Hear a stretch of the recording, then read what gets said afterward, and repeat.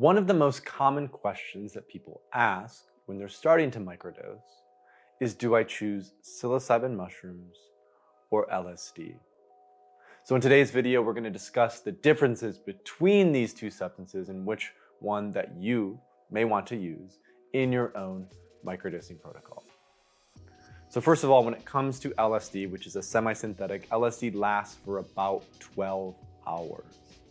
So it tends to be more like a psychedelic coffee.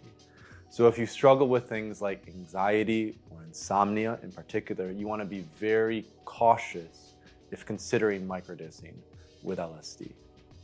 People notice that when they microdose with LSD, that they tend to be a bit more stimulated, that they tend to want to spend more time outside, that they have more intellectual and cognitive capacity.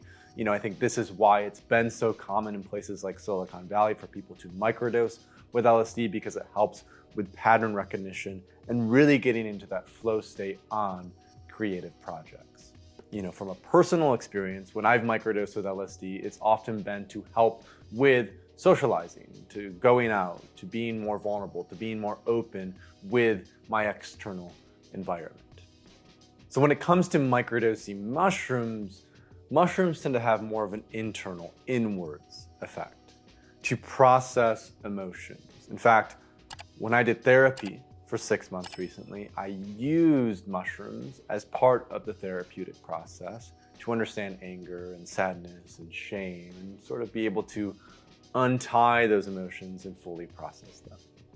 People notice that when they microdose with mushrooms, that it tends to have a bit more of a subtle effect, but it's not as whoosh, stimulating as LSD.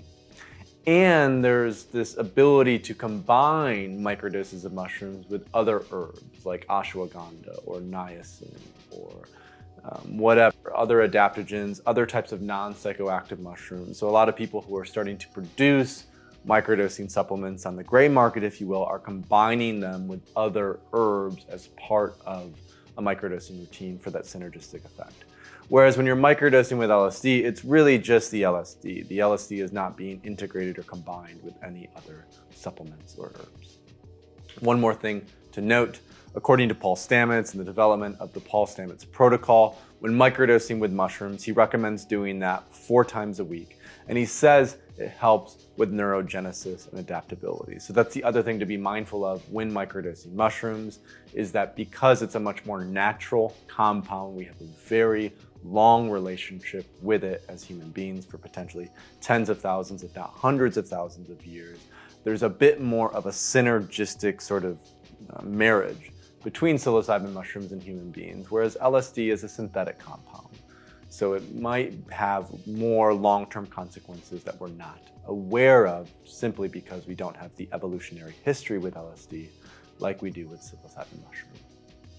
So with that being said, if you're interested in more external facing things, creativity, hiking, connecting with others, LSD tends to be better for that purpose. If you're looking to go more inwards and deal with emotional processing, if you're also more interested in a natural compound rather than a synthetic compound, then psilocybin mushrooms will likely be best. And of course, all of this is up to you. It's partly dependent on which substance you can actually source and get your hands on, because microdosing is still illegal at the recording of this video. And it also depends on, what your preference is. Personally, I've microdosed with both LSD and psilocybin mushrooms. When I first started microdosing, I did it with LSD twice a week for 7 months. Now when I microdose, it's typically with mushrooms 3 or 4 times a week as a general supplement. So again, this has a lot to do with, what's your personal taste, what feels best for you, how could you potentially experiment with both LSD and psilocybin mushrooms to see what fits best for you, and then make your own decision based on that intuition. So if you're interested in learning more about microdosing, go to thethirdwave.co/microdosing. We also have a microdosing course where we go into deeper detail about how you can utilize microdosing for better mood, to relieve anxiety, and for increased creativity, amongst many other benefits. Thanks so much for watching. If you want to stay up to date on the third wave of psychedelics, subscribe to this channel and visit thethirdwave.co.